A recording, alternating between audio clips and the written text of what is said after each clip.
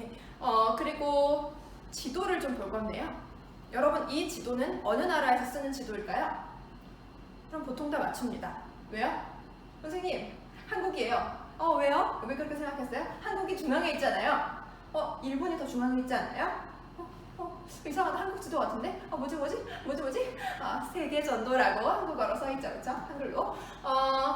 우리나라는 이 지도를 씁니다. 왜냐하면 아까 말한 것처럼 우리나라가 중앙에 있고 우리가 이제 그 다른 나라들과의 관계들을 어떻게 가지는가 하는 것들에 대해서 우리가 중심에 있는 이런 지도를 써야지 우리가 보기 편하기 때문이죠. 자, 그런데 유럽인들은 특히 뭐 영국 같은 나라, 여기 이탈리아 이런 나라들은 이 지도를 쓰겠습니까? 안 쓰겠습니까?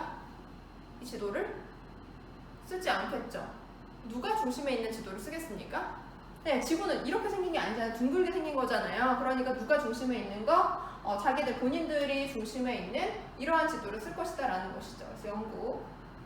그래서 이제 유럽에서 아메리카로, 아프리카로 왔다 갔다 하는 것 이런 것도 굉장히 중요하기 때문에 이렇게 위치가 다른 지도를 쓸 것이다 라는 거예요. 그래서 우리가 익숙한 지도를 보더라도 어떤 의도를 가지고 있을 수 있구나 혹은 어떤 정보를 주고 있구나 라는 것을 알 수가 있죠. 그런데요, 이 중동이라는 단어 굉장히 많이 썼잖아요. 이거는 사실 미들 이스트라는 단어를 번역한 건데 중동 하면 뭐가 떠오르죠, 여러분? 맞아요. 하얀색 옷 주로 많이 입고 이렇게 막 무슬림이라고 하는 이슬람 교도들 굉장히 많이 사는 어떤 그 지역, 그다음에 좀 건조 기후가 있는 그런 지역을 좀 떠올리셨을 텐데 왜 중동이라는 이름이 붙었을까 하는 거예요. 이 유럽에서 봤을 때는 우리나라나 일본 같은 지역은 동쪽은 동쪽인데 굉장히 어디에 있냐면 이 대륙의 거의 끝에 있어요. 그러니까 뭐라고 부르냐면 극동지방이라고 불러요. 그런데 극동지방이 아니라 동쪽은 동쪽인데 한 중간쯤에 있어. 그런 지역은 뭐라고 불렀을까요? 이 지역들을 중동이라고 불렀다라는 것이죠. 그러면 우리나라 입장에서는 중동 지역이 동쪽에 있어요? 동쪽에 있어요? 서쪽에 있어요? 서쪽에 있죠. 그렇다면 중동이라는 단어는 누구의 시각입니까? 예, 서구. 유럽의 시각이다라는 겁니다. 그러면 우리가 중동이라는 단어를 써서는, 용어를 써서는 안 되겠다라는 것이죠. 우리의 시각이 아니기 때문에. 그러니까 우리가 볼 때는 뭐 지역 위치로 보려면 서아시아나 서남아시아 혹은 문화권으로 보려면 뭐 아랍 문화권 뭐 이런 식으로 다른 용어들을 써야겠다라는 겁니다. 그래서 역사 용어에 대해서 여러분들이 좀 그냥 외우지 말고 한 번쯤 생각해 봤으면 좋겠어요. 그리고 이제 지도 도법을 보면요, 우리가 제일 많이 쓰는 것이 바로 이 메르카토르 도법이에요. 아마 지리 시간에 배웠을 거예요, 여러분. 이 도법의 가장 큰 장점은 방위가 굉장히 정확하다라는 것이죠. 그런데 큰 단점이 있어요. 지구는 아까 어떻게 생겼다고요? 둥그렇게 생겼어요. 지구는 둥그니까 자꾸 걸어 나가면 온 세상 어린이들 만날 수는 없죠. 이렇게 막 바다에.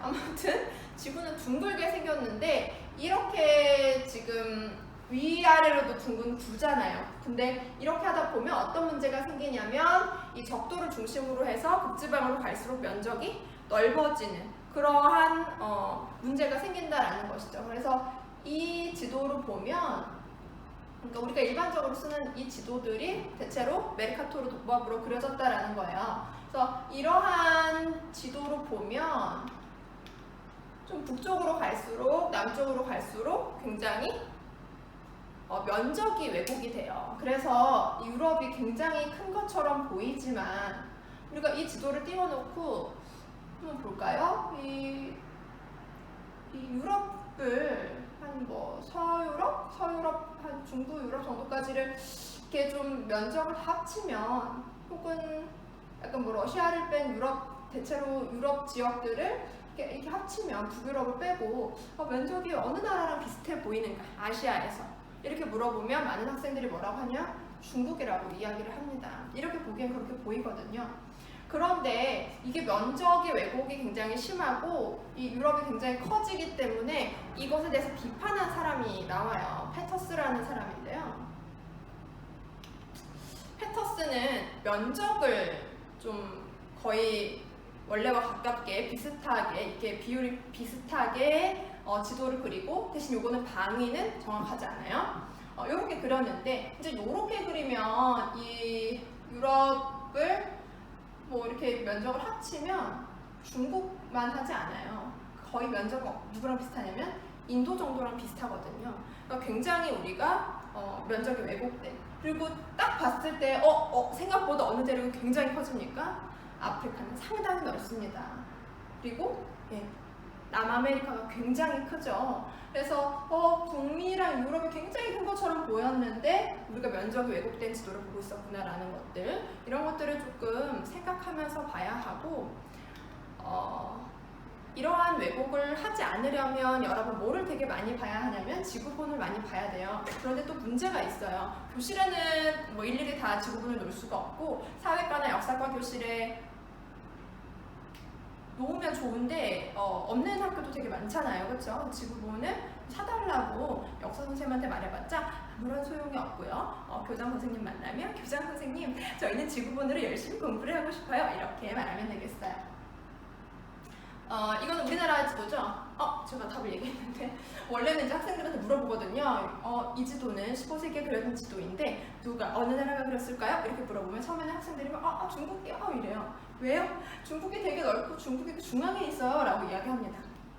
중국은 원래 되게 넓고요. 위치적으로도 좀 중앙에 있는데 다시 한번 생각해 볼까요? 이렇게 하면 곰곰이 친구들이 보다가 무엇을 발견하게 됩니까?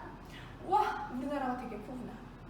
진짜 저 정도 면적이면 되게 좋겠어요. 나도 그렇게 생각해요. 막 이렇게 하면서 중국의 거의 3분의 1 가까이 되잖아요. 그렇죠? 그러면 이 지도는 어떤 세계관을 담고 있겠구나. 중국 다음은 누구다? 조선이다.